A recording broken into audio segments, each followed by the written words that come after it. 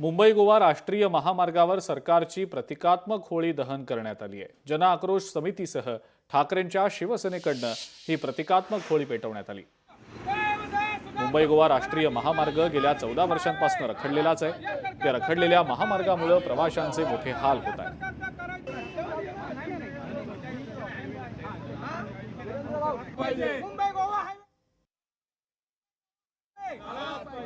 सुनील तटकरे, अदिती तटकरे आणि भरत दुगावले हे सरकारचे मंत्री किंवा सिटिंग आमदार आणि खासदार आहेत।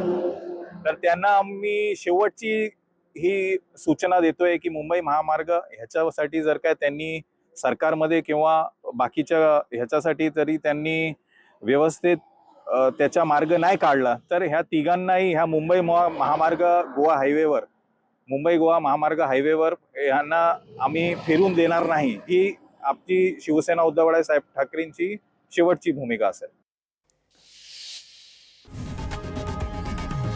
लोकशाही मराठी ऐका, पहा, जागरूक रहा।